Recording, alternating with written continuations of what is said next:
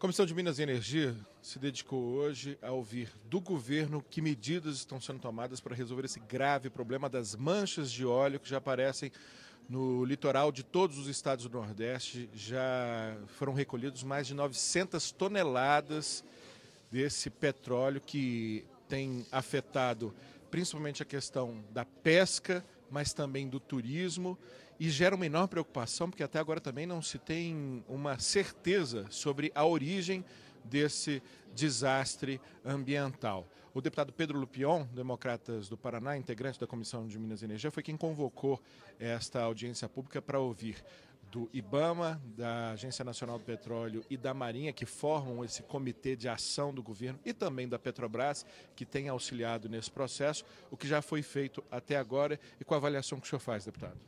Bom, primeiro é importante que é um debate que, sem dúvida alguma, não pode faltar.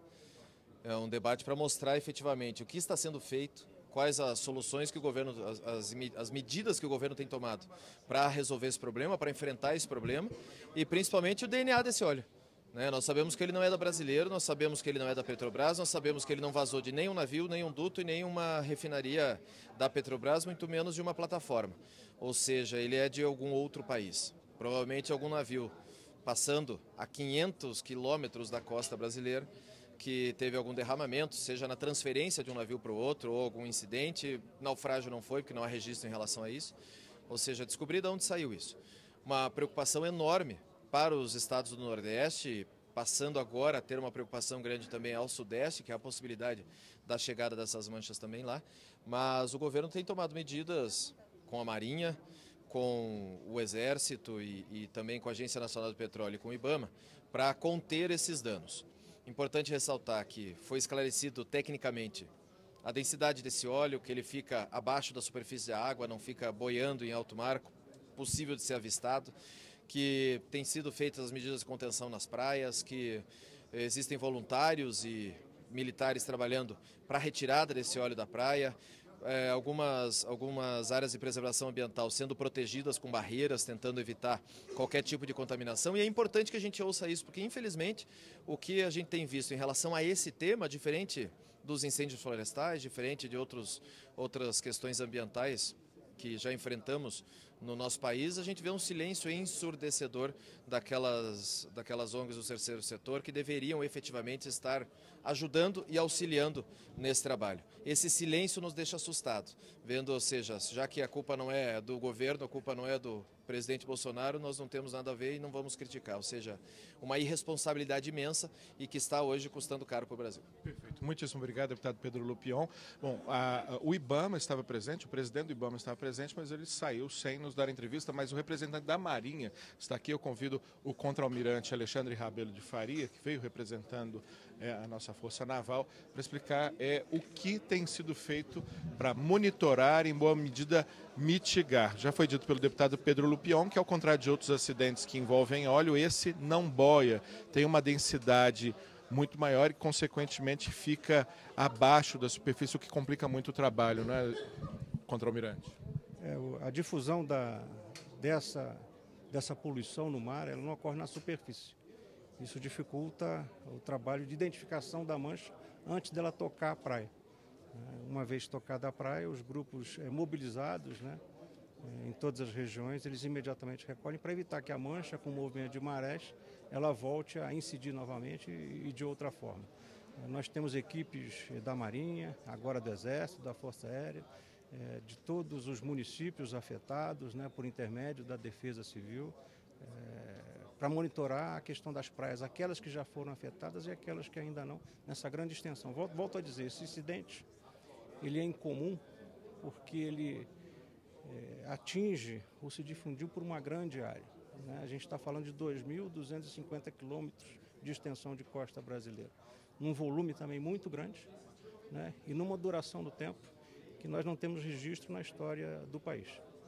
Bom, a Marinha é responsável também por vigiar, por fiscalizar a nossa Amazônia Azul, como os senhores mesmos gostam de se referir a nossa, não só a nossa plataforma continental, mas todo o nosso mar que a gente tem soberania. Como é que está sendo possível fazer isso numa extensão tão grande precavendo acidentes dessa natureza, porque o senhor mesmo elencou que pode ter acontecido um afundamento não notificado, né, um naufrágio não notificado, transferência de óleo entre navios com vazamento, muito provavelmente de transporte no mercado negro de petróleo, ou ainda derramamento proposital ou acidental. Como é que fica o processo de fiscalização disso, contra-almirante? A Marinha ela desenvolve rotineiramente e aleatoriamente as atividades de patrulha naval. Nós temos o apoio da Força Aérea Brasileira também no esclarecimento aéreo, que é a Operação Atlântico.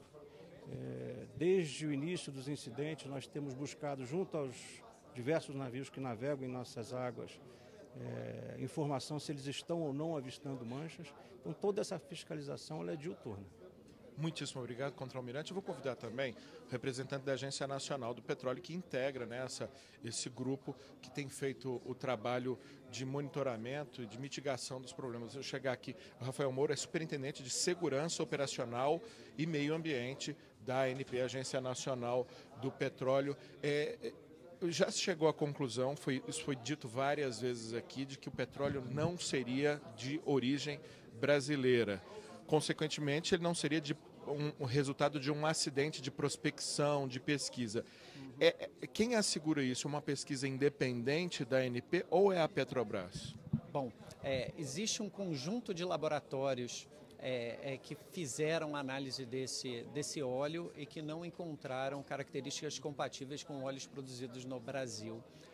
Dentre esses laboratórios, a Marinha tem um laboratório que faz essas análises geoquímicas, a Petrobras faz as análises geoquímicas e a Petrobras, como tem um banco de comparação com óleos internacionais, tem essa possibilidade de fazer o chamado DNA do óleo, e a ANP também possui um laboratório aqui em Brasília, o CPT, que faz esse tipo de análise. Inclusive, a ANP vem sendo requisitada pela Polícia Federal a executar a análise de algumas amostras de óleo que chegaram na nossa costa. Então, é um conjunto de laboratórios independentes que não identificaram qualquer traço de óleo produzido no território nacional, e por isso se tem esse certo grau de certeza de que o óleo não é advindo de uma atividade de exploração / perfuração ou produção em águas jurisdicionais brasileiras.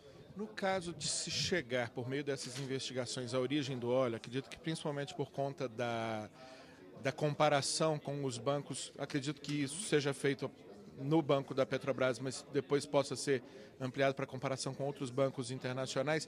Que tipo de medidas podem ser tomadas alcançando-se quem causou esse acidente? E pergunto, pelo volume, pode ter sido mais de um acidente, não? Bom, por enquanto as análises dos óleos que têm chegado à costa nos últimos 50 dias apresentam as mesmas características de hidrocarboneto, ou seja, parece ser um único acidente pelas características do óleo, mas é claro que é um processo de análise, é um processo de investigação que é um pouco delicado em função do intemperismo desse óleo estar no mar por muito tempo, sendo degradado pela água salgada, pelo tempo também. Então é um processo investigativo. Por enquanto tudo indica que o acidente, que o óleo é fruto de um acidente único, mas é um processo ainda de investigação.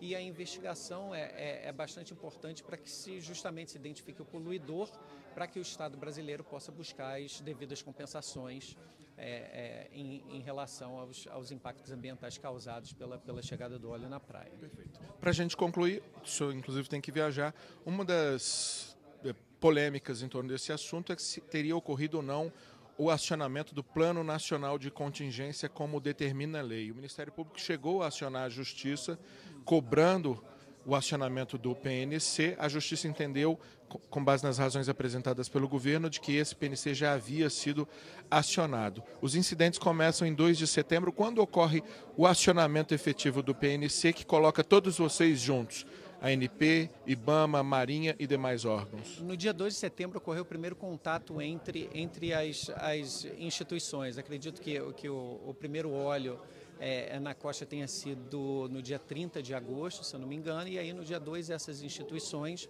a Marinha, a ANP e o IBAMA já estavam em contato, que são as instituições que formam o GAA. Então, dentro desse processo, a partir do momento em que esse óleo não foi identificado a origem numa atividade de exploração e produção, passou a coordenação desse processo para a Marinha do Brasil, pelas hipóteses do decreto do PNC.